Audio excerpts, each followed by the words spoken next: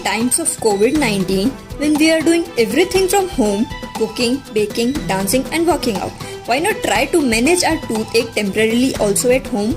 Instead of panicking about going to the dentist, and trust me, it's possible.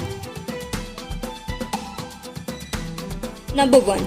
In case if you're having toothache that is preventing you from chewing or eating or sleeping, then over-the-counter painkillers can help, like ibuprofen or paracetamol, but they should all be in accordance with instructions from your dentist.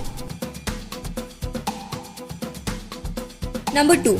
In case if you have extreme sensitivity to hot or cold, then a sensitive toothpaste like Sensodyne can help, and anesthetic gel like Dolo gel can also be used to ease out the pain.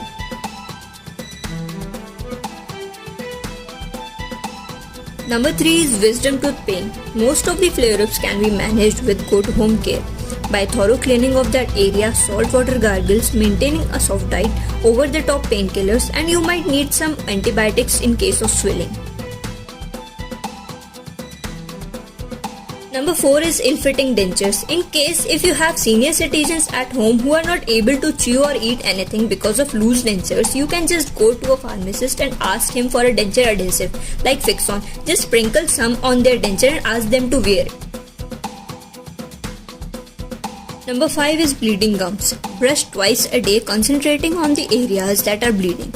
Use chlorhexidine mouthwash 15 ml diluted 20 minutes after brushing, and remember that bleeding gums does not get better until and unless oral hygiene improves. 6th is ulcer. Most of the ulcer resolve around 6 to 7 days, but to ease out the pain you can use an antimicrobial or anesthetic gel. Use chlorhexidine mouthwash, thoroughly clean that area, maintain soft diet and rinse your mouth at least twice a day with salt and warm water. Thank you for watching. Please follow these protocols and keep smiling.